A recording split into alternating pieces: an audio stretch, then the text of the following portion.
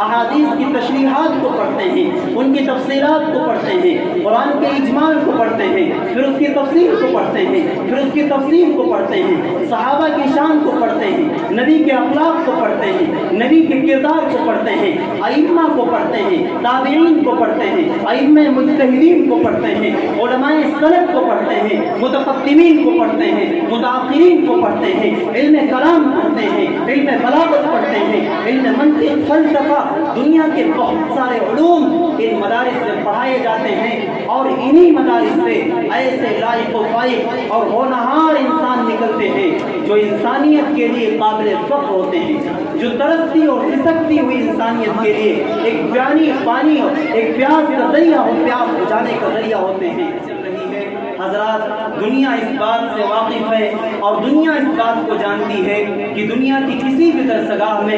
دنیا کے کسی بھی اسکول میں، کسی بھی جامعات میں اور کسی بھی یونیورسٹی میں کوئی ذمہ دار، کسی درسگاہ کا کوئی استاد، کسی درسگاہ کا کوئی طالب علم اس بات کا دعویٰ نہیں کر سکتا کہ ہماری درسگاہ کا ہر طالب علم 100% کامیاب ہے۔ یہ واحد درسگاہ، ایک درسگاہ ساری دنیا میں تھی جس کا معلم رب تعالیٰ نے آسمانوں سے اتارا تھا، جس کی تعلیم رب العزت نے جبریل امین کے ذریعے زمین پر نازل کی تھی، اس درسگاہ نبوت کا استاد جس کو نبی اکرم جناب رسول کریم صلی اللہ علیہ وسلم کا خطاب دیا گیا، وہ ایک ایسی واحد درسگاہ دنیا میں تھی جس کے بارے میں پڑھنے والوں کے متعلق نبی کریم علیہ السلام نے یہ فرمایا تھا، اصحابی کالنجوم بأیہم اقتدیتم اہتدیتم، میرے تمام صحابہ درسگاہ نبوت کا ایک ایک طالب علم جس کے بارے میں رسول اللہ نے فرمایا تھا کالنجوم، دنیا میں چمکتے ستاروں کی طرح ہیں، بأیہم اقتدیتم اہتدیتم، اے انسانوں، اے جناتوں کی جماعت سنو، میرے کسی ایک صحابی کی اگر تم اقتدا کر لو گے تو سنو تم کامیاب ہو جاؤ گے۔ یہ واحد درسگاہ، دنیا کی ایک درسگاہ ایسی درسگاہ تھی جس کے معلم نے اس بات کا اعلان کیا تھا کہ میری درسگاہ کا ہر طالب علم لائق و فائق ہے، میری درسگاہ کا ہر طالب علم قابل اطمینان اور قابل اعتماد ہے، میری درسگاہ کا ہر طالب علم اس قابل ہے کہ اس کی تقلید کی جائے، اس کی اتباع کی جائے، اس کی پیروی کی جائے، اس کی مدح بیان کی جائے، اس کی تعریفات بیان کی جائے۔ حد تو یہ ہے کہ زمین والے کیا تعریف کرتے، رب تعالیٰ نے خود قرآن پاک میں اس درسگاہ میں پڑھنے والے ایک ایک طالب علم کی تعریف کی۔ رب العزت قرآن پاک میں فرماتا ہے اولئک هم الراشدون، درسگاہ نبوت میں تعلیم یافتہ لوگ،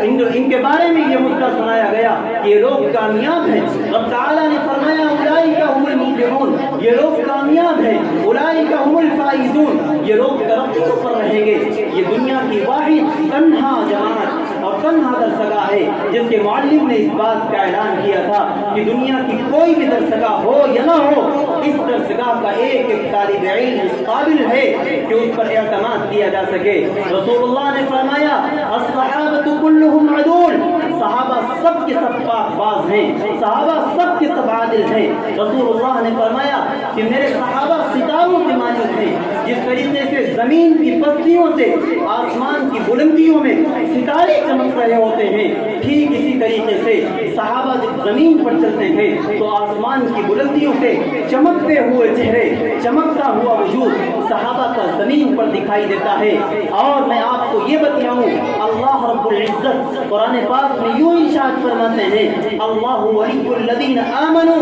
اللہ رب العزت اہل ایمان کے دوست ہیں۔ اور آپ دیکھیے روئے زمین پر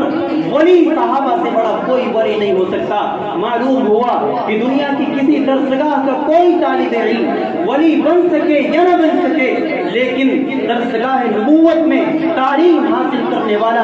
ایک ایک طالب علم اللہ کے اور اس کے رسول کی نظروں میں ولی بن کر کے ثابت ہوا۔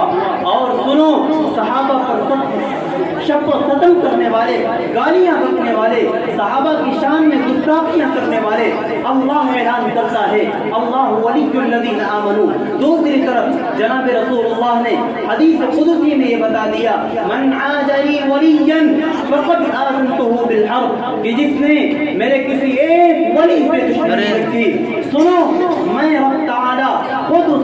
دشمنی کا اعلان کرتا ہوں۔ اس لیے سامعین باوقار، مجھے بتانا یہ ہے کہ دنیا کی تمام درسگاہوں کا نظام یہ ہے،